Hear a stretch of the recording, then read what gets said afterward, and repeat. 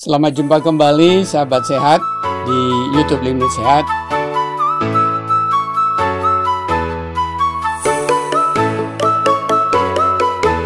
Saya Prof. Ardin, Guru Besar Ilmu Gizi di IPB University, dan pada kali ini saya akan membawakan topik menjawab pertanyaan yang disampaikan saya setelah beberapa pertanyaan yang lalu saya jawab, saya ambil dari Google. Kemudian pertanyaannya adalah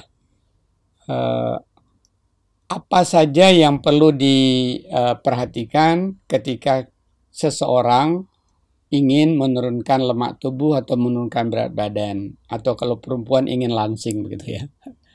Jadi saya ramu jawaban ini menjadi 8 jawaban. Ada 8 hal ya, ada 8 hal yang perlu kita pertimbangkan di dalam melakukan upaya penurunan lemak tubuh atau penurunan berat badan. Dan episode ini dibagi menjadi 2 bagian. Jadi 4 hal pertama pada video yang pertama, kemudian 4 hal yang kedua pada video yang kedua, yang nanti kurang lebih akan makan waktu sekitar 10-15 menit. Jadi silakan ikuti terus sampai selesai dan sambungannya. Kemudian juga terima kasih kalau sahabat sehat sudah subscribe dan juga ikut bantu share, berbagi pengetahuan praktis sederhana ini bagi teman-teman kita yang lain dan sahabat sehat lainnya. Baik, kita mulai. Yang pertama dari 8 hal yang perlu kita perhatikan di dalam menurunkan berat badan. Pertama, pahami diri dan tubuh. Apa yang harus dipahami? Pertama tentunya perlu dipahami kalau kita kelebihan lemak, seberapa besar kelebihan lemak ini. Kalau sederhananya adalah kelebihan berat badan, seberapa besar kelebihan berat badan ini. Kemudian kebiasaan-kebiasaan kita selama ini yang berkaitan dengan pengetahuan yang kita miliki, apa saja yang menyebabkan orang berat badannya meningkat, apa saja yang menyebabkan orang berat badannya menurun, ya, baik itu dalam kaitan kebiasaan makan, kebiasaan aktivitas olahraga, kebiasaan tidur, kebiasaan istirahat, dan lain sebagainya. Jadi memahami ini jadi kunci supaya kita bisa mengatur strategi lebih fokus nanti pada pengaturan makanankah, pada pengaturan aktivitas fisika, pada pengaturan istirahatkah, atau semuanya harus dilakukan bersama-sama, dan itu jadi berat ya. Karena itu seringkali kalau saya menganjurkan mulai dari yang sederhana dulu, yang nggak perlu cost, nggak perlu biaya. Kemudian harusnya dengan kita mengelola diri sendiri tanpa tergantung orang lain bisa kita lakukan. Ya, jadi itu tadi nomor 1, pahami ya kondisi diri kita, tubuh kita. Kalau ingin mengetahui berapa kelebihan berat badannya dalam arti sederhana indeks massa tubuh, silakan klik cek status gizi di .com, cek statusgizi.com, itu bersatu nggak ada spasi, di linisehat.com, dan di sana sahabat sehat nanti bisa mengetahui dengan memberikan masukan, input atau entry berat badan, tinggi badan, umur, dan lain sebagainya untuk mengetahui berapa kelebihan berat badan. Bahkan juga di sana ada rumus perkiraan kelebihan lemak apa tidak, kelebihan lemaknya berapa. Silakan dicoba. Itu untuk yang pertama. Kalau cara lain juga bisa, silakan konsultasi, cari nutritionist dietitian terdekat, atau dengan cara nelpon, atau dengan secara online, dan lain sebagainya. Lini Sehat Nutrition Center juga memberikan layanan konsultasi online, ada dietitiannya di sana. Baik, yang kedua, yang paling sederhana, yang sebenarnya juga tidak perlu biaya, perlu dipertimbangkan ketika kita akan melakukan upaya penurunan berat badan, adalah kendalikan pikiran dan perasaan kita. Kendalikan pikiran dan perasaan. Kenapa demikian? Karena kalau kita nggak bisa mengendalikan pikiran dalam hal makan saja, kalau kita tidak gunakan perasaan ketika akan makan, rasanya semua itu mau dimakan sebanyak-banyaknya, secepat-cepatnya. Apalagi kalau makanannya gratis, enak lagi, gitu kan? Nah, tapi kalau dengan ada pikiran, karena itu muncul ada konsep mindful eating, ya, makan dengan kita penuh, ya, kendali pikiran dan perasaan. Ini bakal berguna nggak sih kalau saya makan? Ini kalau saya makan semuanya bakal merusak ke tubuh saya apa enggak? Ini kalau saya makan separuh saja sudah cukup harusnya. Kalau gitu saya makan sepertiga saja gimana? Nah, itu tadi ada kesempatan untuk menggunakan mind kita di dalam kita memutuskan untuk ini dimakan meskipun itu gratis, meskipun itu pemberian dari teman, meskipun kita ditraktir dan lain sebagainya. Kalau bayar pasti udah mikir ya, ini bakal dibeli apa enggak.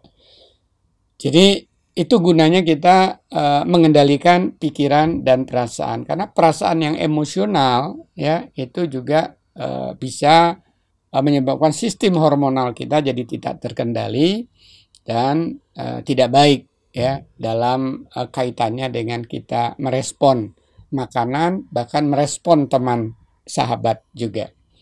Kemudian yang ketiga ya, lagi-lagi nih nggak perlu bayar. Ya, nggak perlu harus mengeluarkan uang, bahkan tidak perlu harus mengeluarkan energi yang banyak. Bahkan kita bisa nyimpan energi. Apa itu yang ketiga? Tidur. Tidur. Kenapa? Karena tidur yang cukup, berapa itu tidur yang cukup? Buat orang dewasa 6-8 jam sehari. 6-8 jam sehari. Tidur yang nyenyak tadi akan bisa salah satu hormon yang terbukti di sana bisa berpengaruh kaitannya nanti dengan makan kita, nafsu makan kita adalah namanya leptin.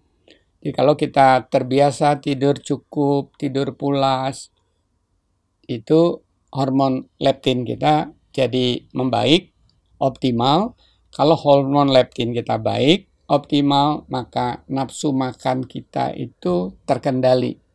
Nggak asal lihat makan meskipun itu gratis langsung diembat. Nggak langsung lihat makan, lihat minum, langsung untuk diminum. Lihat makanan, langsung dibeli.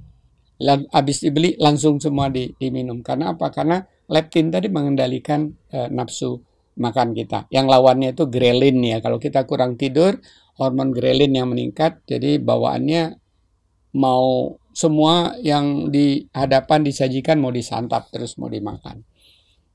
Jadi tidur salah satu ciri tidur yang nyenyak, kalau kita bangun pagi rasanya kita nggak ingin untuk tidur lagi. Jadi udah pules rasanya cukup. Tapi kalau kita bangun pagi rasanya ingin tidur lagi, secara logis ya, bukan karena ada sesuatu alasan penyakit, berarti bisa jadi masih belum cukup. Apakah tadi malam telat tidur, apakah malamnya berkali-kali terbangun, tidur sih jam 9, tapi masih belum bisa ketiduran, jam 12 malam baru ketidur, tahu-tahu jam 4 kebangun, ya nggak cukup jadinya 6-8 jam tadi. Salah satu rahasia supaya kita bisa tidur dengan nyenyak, dengan baik, ya mandi sebelum tidur. Mandinya sebaiknya dengan air dingin, ya. Jadi bisa aja mandi air dingin, air panas, kemudian air dingin lagi. Kalau mau dikombinasikan. Kalau nggak ada air hangat, bukan air panas ya, air hangat, ntar kebakar kulitnya. Ya air dingin saja, nggak apa-apa. Itu memudahkan kita untuk tidur, di samping jangan kita makan kenyang 2-3 jam sebelum tidur. Bahkan sangat dianjurkan 3-4 jam sebelum tidur itu nggak ada meal time lagi, kecuali minum. Minumnya juga bukan minuman yang berenergi. Jadi ketiga ya, tidur itu penting. Kalau misalnya kita ada kesulitan untuk tidur malam 6-8 jam, perlu disubstitusi dengan tidur siang, silakan ya. Apakah setelah makan siang, sebelum nanti snacking time, kalau ada snacking time, atau makan meal time-nya itu adalah sore, malam nggak makan lagi, silakan. Jadi misalnya antara jam 1 sampai jam 3 misalnya, cukup 15 menit saja, karena manfaat tidur siang itu dahsyat sekali, berkali lipat dari manfaat tidur malam. Jadi kita kekurangan tidur malam 2 jam bisa digantikan hanya dengan setengah jam tidur siang. ya, atau bisa juga barangkali antara jam 10, tapi buat yang bekerja tentunya, wah ini tantangan, nggak mungkin ya, nanti dituduh jadi pekerja yang tidak berprestasi, pekerja yang bawaannya tidur terus gitu ya. Baik, itu tadi yang ketiga. Kemudian yang keempat. Nah, yang keempat ini kembali waktu kita pertama tadi kan memahami kebiasaan. Salah satu yang kita pahami kebiasaan makan, kebiasaan minum. Nah, kalau dari cara yang tadi ya, pertimbangan tadi ternyata belum ada efeknya, sudah sebulan 2 bulan, maka coba kita mulai dari strategi memilih makanan-makanan yang sebenarnya itu aksesoris gitu ya, nggak terlalu penting makanan itu. Apa itu biasanya? Snack, jajanan, kemudian minuman manis bergula, ya, goreng-gorengan di luar dari meal time dan yang banyak mengandung